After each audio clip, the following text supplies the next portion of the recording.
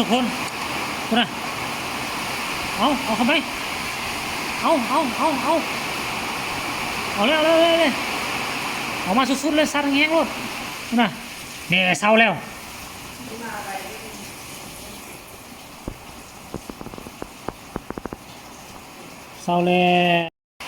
พายุเข้าทุกคนเปียกเบิด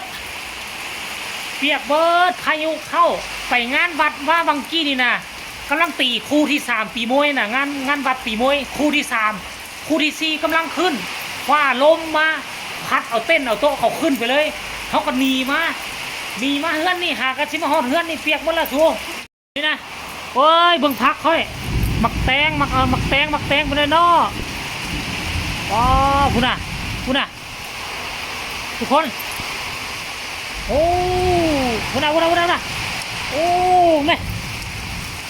โอ้เอาปะเนี่ยทุกคนซ้ำเขาว่าพายุเข้าอีหลีโอ้เข้าแห้งโอ้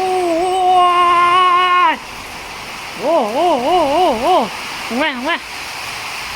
โอ้ทุกคนถูกไหมเสื้อน่ะโอ้เบิ่งมากระจานฟ้าห้องอ๋อเบิ่งฮั่นเครื่องติ่งตัวนวลเลยถูกไหมตอนได้อยู่ฮั่นแหละหัวหน้าอยู่นี่แหละมาเขาย่านฟ้าห้องใจเย็นลูกใจเย็นลูกโอ้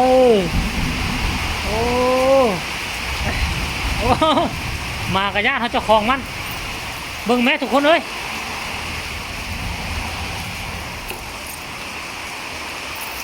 ง่ายเลยเข้าโฮมกันโอ้ผมแม่ทุกคนเห็นบ่เนี่ยเป็นฝนฝอยมาเห็นบ่อ๋อทั้งลมทั้งฝนเลยทุกคนอันตรายช่วงนี้แหละวะโอ้ยไฟฟ้าเขาสิรับละไปทุกคนปิดตูโอ้แบบนี้เปียกหมดเลยอ่ะโอ้ดีแต่วันนี้พวกพากันไปหาปลาขันไปดำปูดำปลาแล้วมันเจอนักสุกคนเลยโอ้ยวัชิเวซื้อของกินซื้อ